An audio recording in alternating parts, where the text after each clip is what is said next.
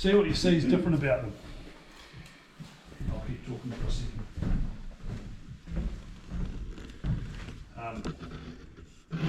Many rifles have sheer ring and base systems. So one of the most common rifles, because America, everything comes out of America with firearms, is the Remington 700. And the Remington 700 had a high bridge and a low bridge. So if you look at this rifle on here, you can see the front of the receiver is higher than the back of the receiver. And that's a direct copy of a Remington 700 system. And lots of different firearms manufacturers use the Remington height system. The reason they do it is they don't want a whole lot of extra bulky material on the back of the receiver because it just adds weight without adding any strength. So that was the original design idea for it.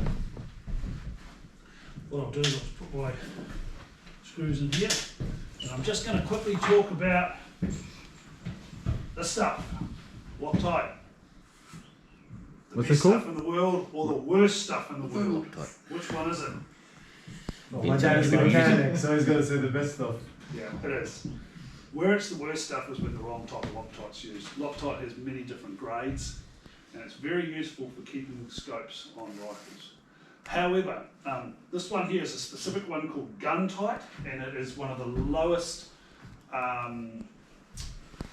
would you put it, grades as far as actually being able to glue something together. Right? It has just enough holding power to stop screws backing out and nothing more. I once had a gentleman who had a very expensive German rifle. He bought it from a shop and said, I want to change the scope. Sure. And he had some very expensive rectangle rings on there, beautifully machined by artisans in Germany who probably get paid $200 an hour to do it. And we couldn't get the rings off. We couldn't undo anything. Couldn't get it off. Why? Because he'd used Loctite super nut lock. Right, and that stuff, when it sets, it might as well be part of the rest of the metal it was attached to. So, Loctite, if you're going to use it, yes, use the weakest stuff you can. All right? And if you can't, if you've only got super strong Loctite, just don't use any. Right? Rifles will stay together using the appropriate amount of torque without Loctite. Loctite is the little guarantee that nothing will happen. The good thing about being a newbie is that I can ask every stupid question under the sun. What's the story behind the rings? Everybody talks about the rings. So, I'm not a big believer in spending $1 million on rings. There are scope rings that cost $400 and $500, $600. I don't use them. However, I won't use the cheapest stuff either. For me, once you get up to spending $50 to $100 on your rings, they're okay. Right? I tend to spend a little bit more than that, but I mean, I have $5,000 and $6,000 scopes on $3,000 and $4,000 rifles, and I don't use $1,000 rings because it's just not necessary. However,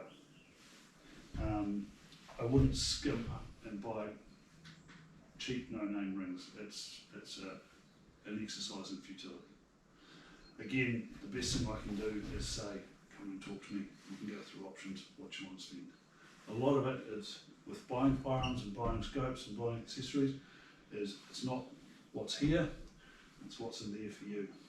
If you leave happy and you've got decent advice, then you're probably going to be fine. If you go out into the bush and you think, oh, I didn't buy the right scope, I'm not happy with it, I wish I'd done this, I wish this was right, you will have a bad hunting trip. You will probably miss more deer than you hit because you will be constantly thinking that I've got an issue with my firearm, my scope, my equipment, and that will bug you. Right? You need to, when you go out to the bush, you need to be happy. Right? For many of you, it'll be the time you get away from a pain in the ass job, a pain in the ass boss, perhaps difficult family situation, perhaps just you're hanging out with your best mate and that's the best time of your life. You need to be happy in those situations. That's what you've worked for. That's why you're doing all this. You need to be happy with your choices. Right? You need to talk to people who can take fact and brush away all the fiction that goes around it so that you're making good choices. You don't have to spend spending $1 million on equipment. But there are some places where spending a little bit more is useful, and there are some places where spending a whole lot doesn't actually make a lot of difference. And you can only get that, I'm afraid, through experience. Or by going to the outdoors hut. So, I mean, you can potentially buy firearms from other places, for example.